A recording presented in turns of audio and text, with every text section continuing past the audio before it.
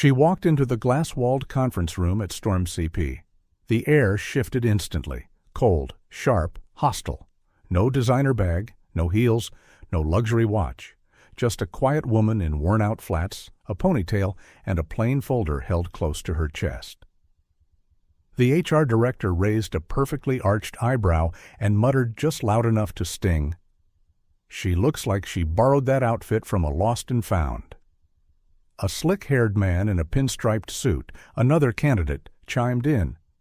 "We're here to interview professionals, not collect charity cases." Laughter rippled through the room. No one offered her a seat. No one offered her respect. But Nina Taylor stood still, composed and calm. They didn't know who she was. They didn't know that the man who built this billion-dollar company was her husband. Storm CP, a Silicon Valley titan, 50 stories tall, wrapped in steel and glass, controlling data, decisions, and dollars around the globe. And on its 40th floor, a panel of 5 executives sat at a polished mahogany table, ready to dismiss her before she even spoke. Nina wasn't dressed for a corporate photo shoot. Her thrift store outfit, her scuffed shoes, they marked her as an outsider. But beneath that calm exterior was a brilliant mind, a fierce heart, and a legacy written in code. She had fought through round after round of interviews, spent late nights refining systems, solving problems Storm CP didn't even know it had, but none of that mattered to them. The panel barely glanced at her resume. They looked at her clothes, not her capabilities. Diane Brooks, the HR director, sat at the head, polished, poised, and condescending. Greg Palmer, a senior executive, twirled a luxury pen between his fingers. Tyler Hensley, the 28-year-old heir to a corporate dynasty, smirked behind his silk tie. Laura Chen, the sharp data strategist, watched with cold calculation. Mark Evans, head of operations, crossed his arms, clearly unimpressed. Hundreds had applied. Now it was down to Nina and Tyler. But to them, it was already over. Nina stepped forward and handed Diane her resume. Plain white paper, no fluff, no branding, just results. Diane slid it across the table without reading. Greg scoffed. "No relevant experience, average school, wrong degree." "So," he sneered, "tell us, why are you here?" Nina didn't flinch. "Because I solve problems. My last company tripled its revenue using a framework I built." Tyler chuckled. "Oh, what did you build? A lemonade stand app?" "She probably thinks Excel is high-tech," Diane added, smirking. Laura leaned in. "What's your degree? Sociology?" "Computer science," Nina replied evenly. "With a focus on AI ethics. I've published—" Mark cut her off. "We're not hiring interns. We need results, not essays." "I cut system processing time by—" Tyler rolled his eyes. "Save the bedtime stories." Then Diane did something cruel. She grabbed a marker and scrawled "loser" across Nina's resume. The black ink bled through the paper. "There," she sneered. "Now you have a title."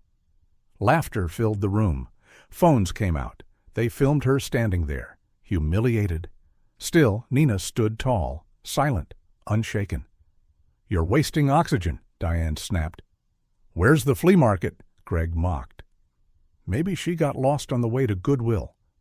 Tyler leaned back. "Never seen a boardroom before? Maybe on a sitcom?" Nina's voice remained steady. "I'm here to talk qualifications, not clothes."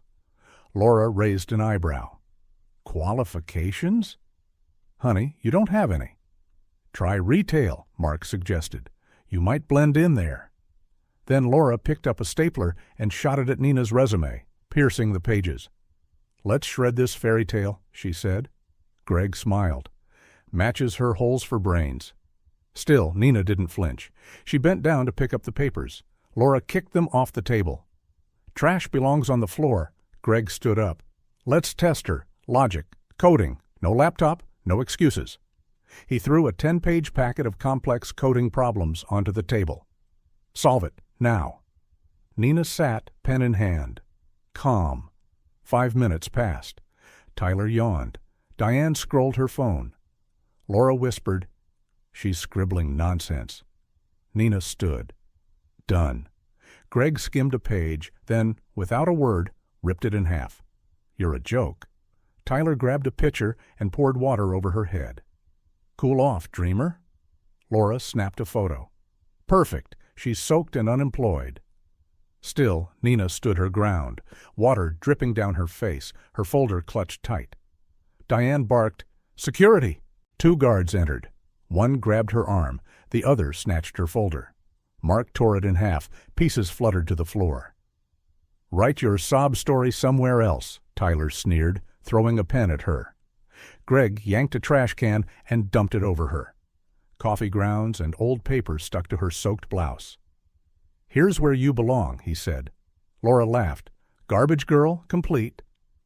Still, Nina didn't break, her eyes steady, her spine straight. Diane leaned in, her voice a hiss. "You're a joke. Go back to flipping burgers." Tyler tossed cold coffee on her shirt. "Welcome to Storm CP." The guards dragged her to the lobby. Marble floors, crowded elevators. People stared, but no one helped. The glass doors swung open. She stepped into the sun, soaked, humiliated, and silent. She pulled out her phone and called one person. "It went bad," she said softly. "How bad?" the voice asked. "Very." "I'm coming," he said. The next morning, chaos erupted on Storm CP's executive floor. A surprise board meeting. No notice, no warning. 30 executives packed into the room. Whispers, nervous energy, everyone trying to figure out what had gone wrong. Then the doors opened, and Elias Storm walked in, 6 feet 3 inches. Black suit, blue eyes like ice. He hadn't been seen in months. A ghost CEO, a billionaire, a legend, and beside him, Nina. Same skirt, same flats, her ponytail dripping quiet power. Gasps rippled through the room. Faces went pale. Pens dropped. Elias's voice sliced the silence. "I gave you one job, evaluate leadership potential. Yesterday, you didn't interview a candidate. You humiliated my wife." Dead silence. "Nina and I built this company together. She created the AI that drives your bonuses. She solved problems before you knew they existed." He pointed to the panel. "Diane, Greg, Tyler, Laura, Mark, say what you said yesterday." No one moved. A tech cued the security footage, the comments, the laughter, the water, the stapler, the trash. Shame settled thick in the room. Investors watched live. Shareholders fumed. "You mocked the mind behind your success," Elias said. "You shredded her test, solved faster than any of you could. You threw coffee, you called security." His voice dropped. "Say it again. Say it to her face." No one spoke. "You've shown who you are. Small, cruel, blind," Elias said. "Storm CP doesn't carry trash." He nodded to the guards. "Take them."